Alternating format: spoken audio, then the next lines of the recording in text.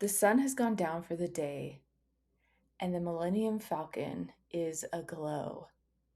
John Williams' music starts filling the air, and suddenly fireworks are spotted above the spires of Batu. You're listening to Castle Talk Radio. We're live on the airwaves with Becca and Jessica.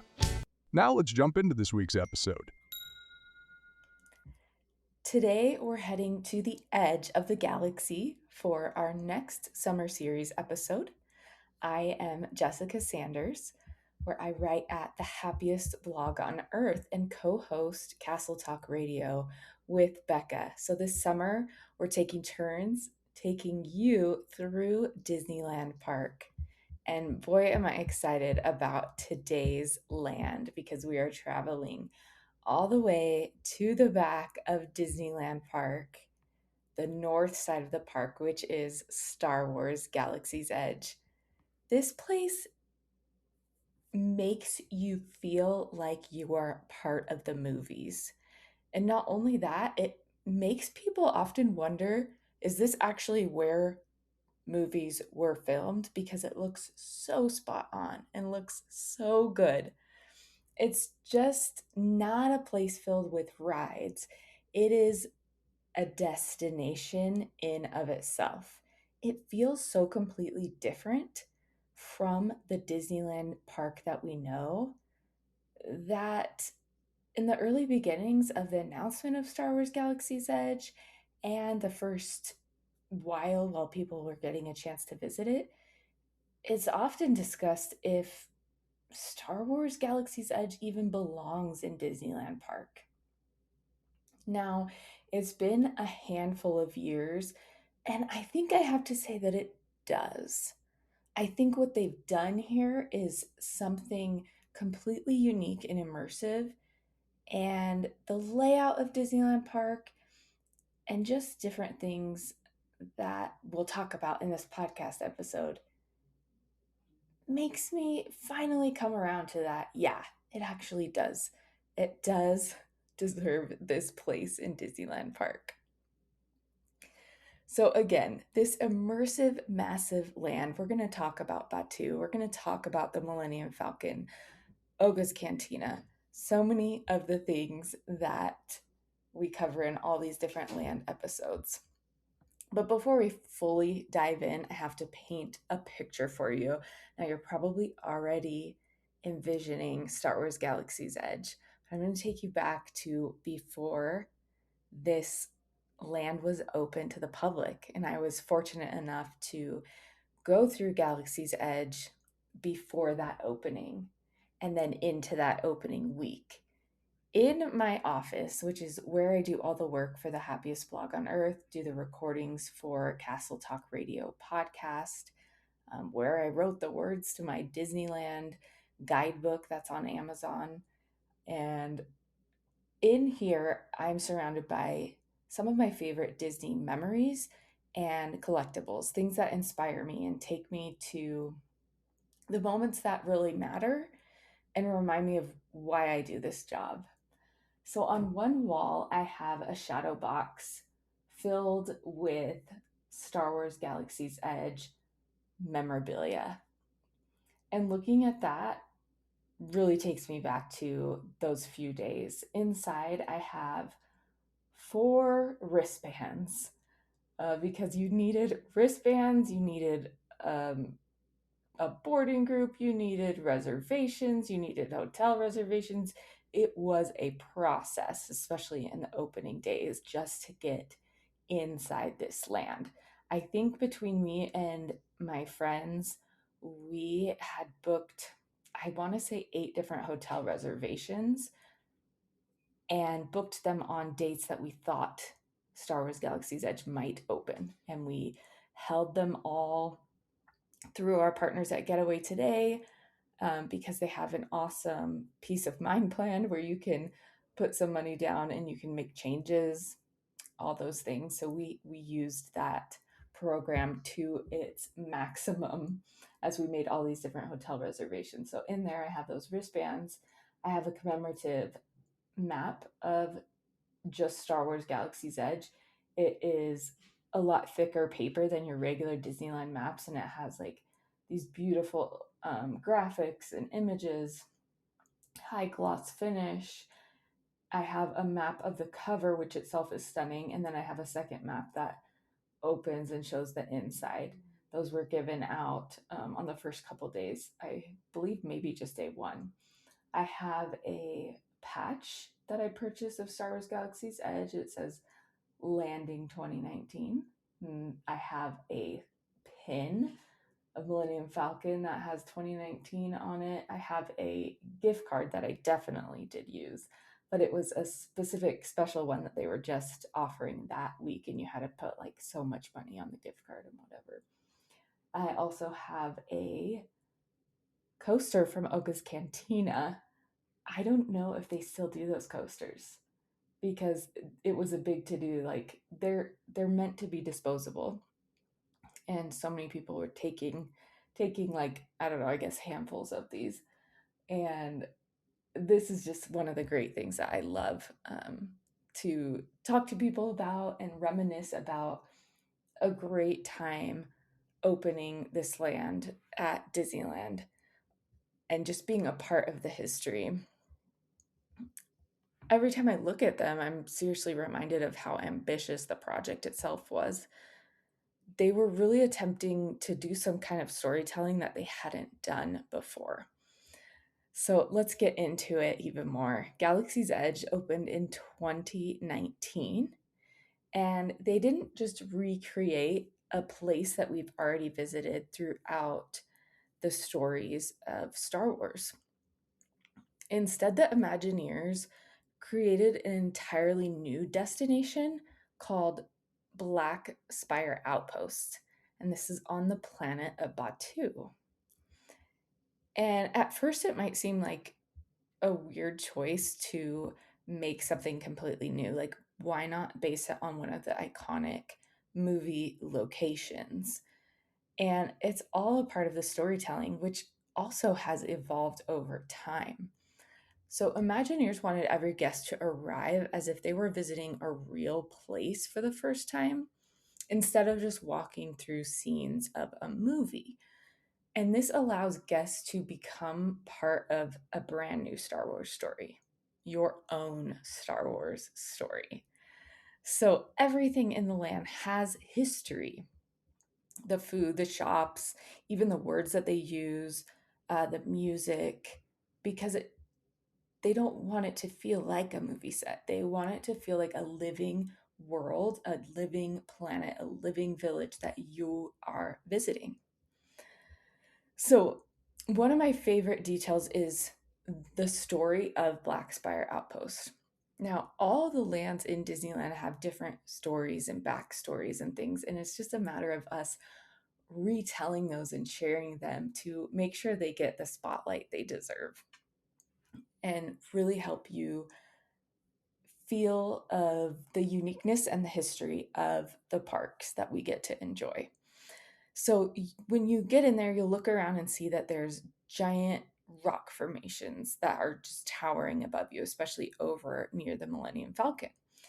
And they aren't just random rocks.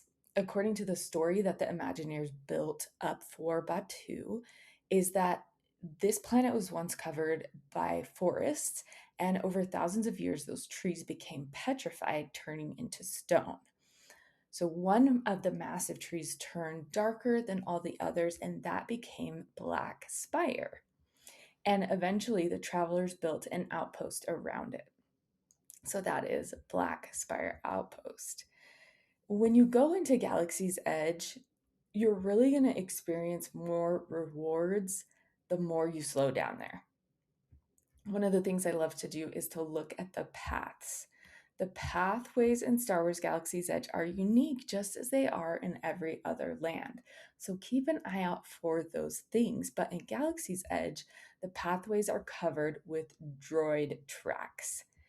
And they went to extreme lengths to make these designs authentic and create this experience of being in your own Star Wars story. So they used wheel molds from the measurements of the original R2D2 prop from A New Hope, and then they rolled the wheels through the wet concrete so that the streets in Batu felt like they were really part of it, and they had droids traveling on theirs.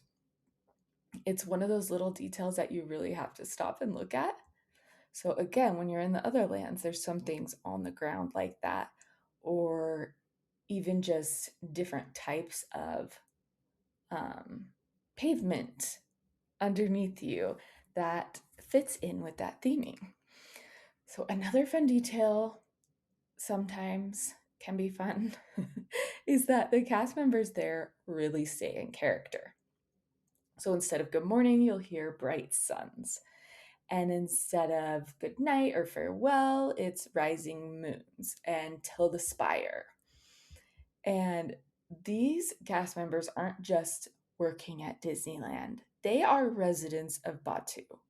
They have all of these different little sayings to make this land feel more alive and immersive.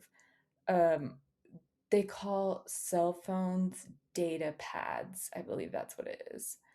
And even one time we were on Rise of the Resistance and the ride broke down and they immediately told everyone to put their data pads away.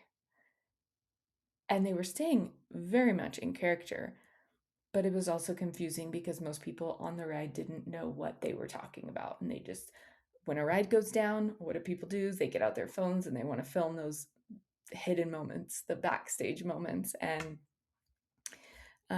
the residents of Batu were not having it, and they kept telling everyone to put their data pads away, but nobody knew what they were talking about. And then I believe it is they call the strollers for little kids transports. Another thing that takes me back to the first weekend of Galaxy's Edge opening was that adults were having the time of their lives. There were very few kids that were in the land, and I was able to be there and watch as it kind of integrated into Disneyland, because the first weekend, everyone was cosplaying. We all came in different outfits that fit with the land, that just seemed like we were travelers or residents in this village. And then slowly, as kids came into play, you saw like a stroller here or there parked off to the side.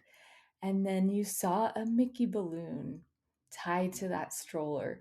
But it was just so funny that it had a very distinct difference there the first few days, where it was just like, this is its own entity and it exists in a bubble by itself. But now, as you go, you're going to see people in all of their regular Mickey gear and their princess costumes and their Mickey ears and things like that in Batu. It's just a funny comparison to me.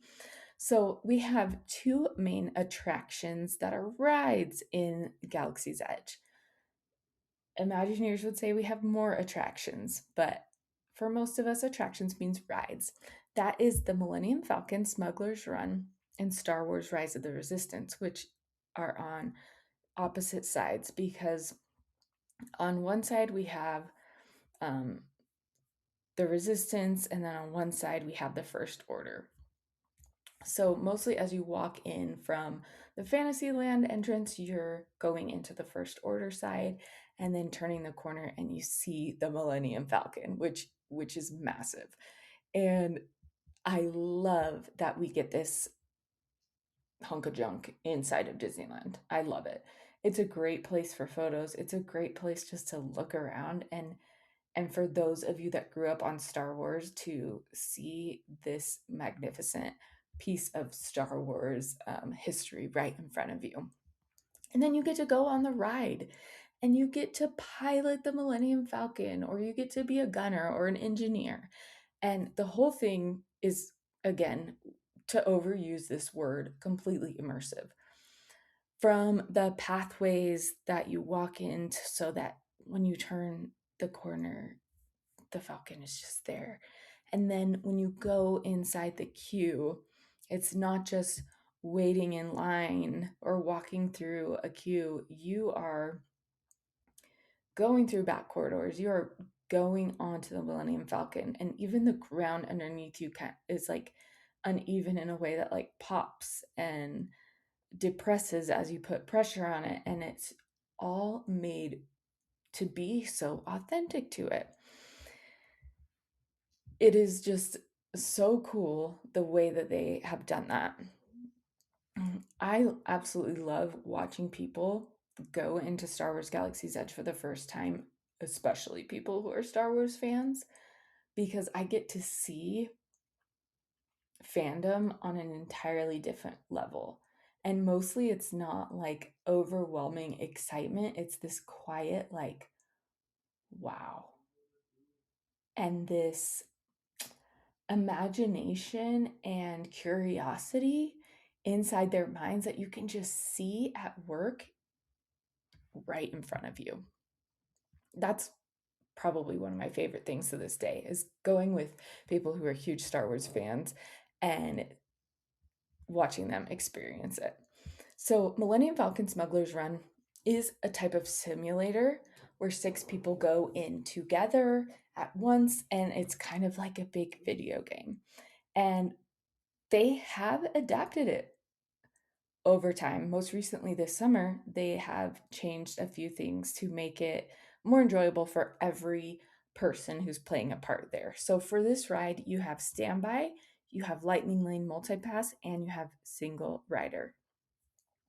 So 6 people in there. Lots of times the kids want to be the pilots and they're crashing all over the place. They're not sure how to maneuver, but I still think it's a ton of fun no matter who you're going with.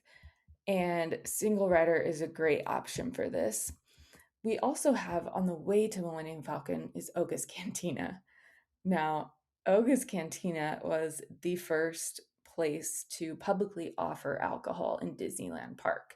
When Oga's Cantina was first announced to the public at D23 Expo, I don't even know what year it was, but I was there, and being the huge Star Wars fan that I am, no, you guys, actually, that's a total joke. I am just a default Star Wars fan. But when they announced this, the crowd went crazy, and everyone's like, that means they're going to have alcohol in Disneyland. And indeed it did. It was a slippery slope for Disney, as now you can have alcohol at most sit down restaurants. And this did take some time. I mean, Disneyland is 70 years old, and it did take some time. And there's been a lot of opinions on that. But as it is, Oga's Cantina exists and is full of alcoholic and non alcoholic drinks. It probably has just as many non alcoholic drinks as well.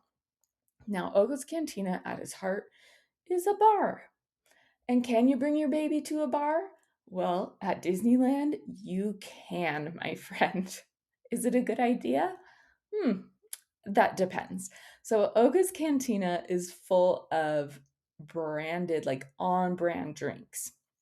They have some snacky type of things. They've introduced different things throughout the years. And kids are totally welcome, but this place is a mostly standing room only. There are no high chairs and you cannot bring strollers inside. So pop the baby on the hip or a baby wear that little one and bring them in if you'd like, or wait until they're a little bit older to come in. But since it is a cantina, since we have the DJ playing, since it is meant to feel lively and packed, they do pack you in. And a lot of times you're going to be sharing table or counter space with someone else. So just remember that and keep that in mind as you plan a visit. Now, they no longer do reservations for Oga's Cantina. So you can walk up to the front and add your name to the list. And usually the wait isn't very long at all. That being said, it's a place that I do visit pretty often, especially if I'm bringing people who hadn't been to Galaxy's Edge before. I also love the cantina at night. I mean, the whole land at night. but there is a sign outside, and you can see how it says Oga's Cantina a lot better with the lights illuminated. It's a very cool place to go. Now, we're still talking about nighttime because in this area, like when the sun sets and after sunsets, this is a place you want to be. It just brings this land to life in a different way, and especially if we're talking fireworks. Now, fireworks here have always happened, and the residents of Batu, along with role playing being out in the middle of the universe somewhere, they have in the past talked about being like a battle far off, that they don't really know what fireworks are. But now it's more part of the land, and they've created Fire of the Rising Moons. So before it was just fireworks, no music to accompany, but now we have that iconic John Williams music filling the land. We have projections on the rocks and things, and it is something else. Now, they do this performance anytime there are fireworks at Disneyland. It's going to be the rising moon in Star Wars Galaxy's Edge. So, that is another reason why you want to stay multiple nights. You want to experience those, like the regular fireworks show that Disneyland does that you can watch from different areas of the park. But any Star Wars fan, you're going to want to watch this one in Batu over Black Spire Outpost for sure. So, anywhere near the Millennium Falcon, that's where they're going to have the viewing for that.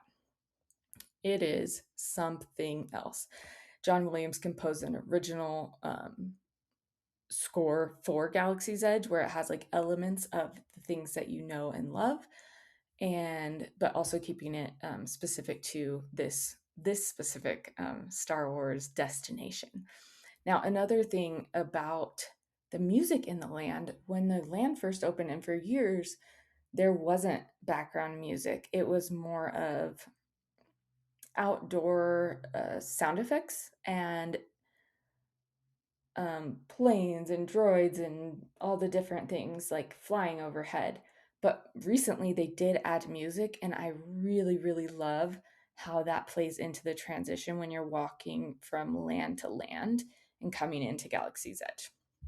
All right, we've got to keep it moving. This land is so big itself that it takes a little bit more time to discuss, but we also have Star Wars Rise of the Resistance, which is absolutely incredible. You can ride it via standby, via Lightning Lane single pass, which means that you pay once per person to ride this attraction one time and skip most of the wait. And no single rider line here. So you're either going to wait in line or you're going to pay to skip the line.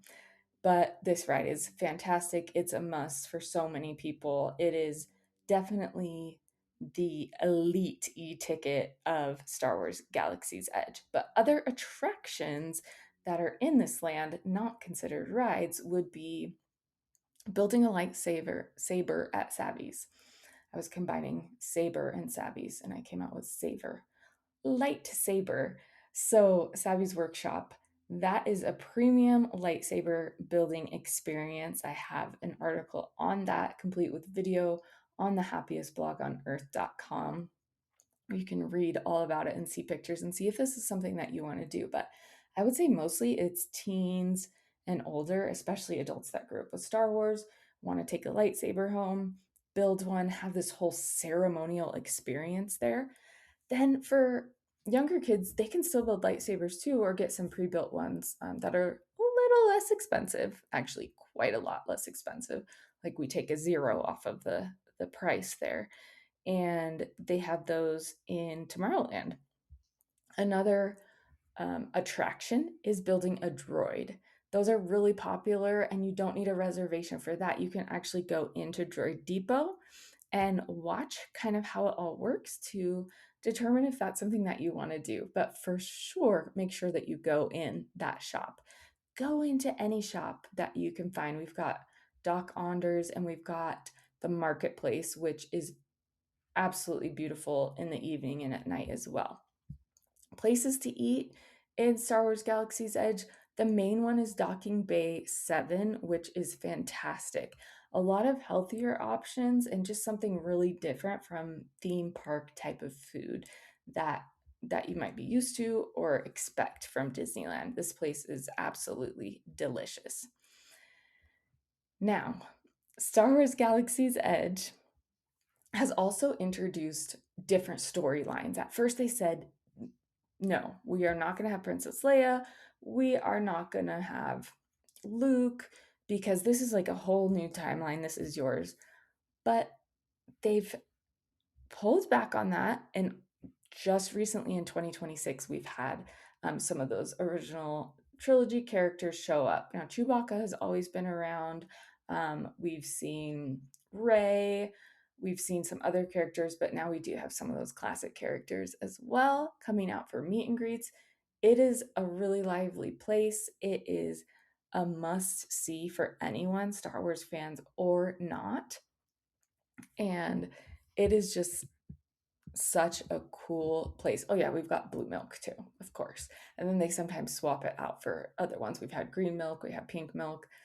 That's something that you definitely want to try and just get one or two and share it with your friends, see if you like it, and then come back to it. It's more like a slushy type of thing, but so many things to discover, so many secrets, so many little hidden gems. There's some hidden Mickeys in there as well. Thanks again for listening to Castle Talk Radio and our summer series where we dive into each land. Becca and I will be back from our summer break real soon, and we can't wait to talk to you then. And until then, be sure to book your tickets at getawaytoday.com/castletalk.